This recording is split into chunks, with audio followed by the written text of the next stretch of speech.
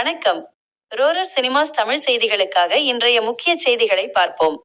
தலைப்புச் செய்திகள்.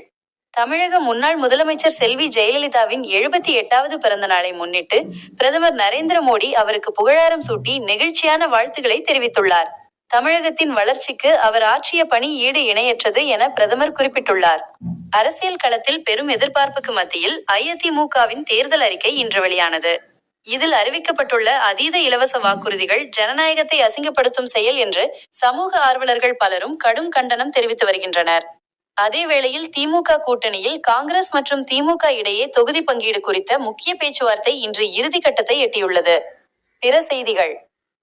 ஜார்க்கண்ட் மாநிலம் சத்ராவில் நிகழ்ந்த ஏர் ஆம்புலன்ஸ் விமான விபத்தில் அதில் பயணித்த 7 பேரும் உயிரிழந்த சம்பவம் நாட்டை பெரும் சோகத்தில் ஆழ்த்தியுள்ளது. மேலும் இந்தியாவின் புதிய பயங்கரவாத எதிர்ப்பு கொள்கையான பிரகார் இன்று அதிகாரப்பூர்வமாக வெளியிடப்பட்டது. இன்றைய செய்திகள் இத்துடன் நிறைவடைந்தன. உடனுக்குடன் செய்திகளை தெரிந்து கொள்ள இணைந்திருங்கள். இது நமது ரோரர் சினிமாஸ் தமிழ். நன்றி, வணக்கம்.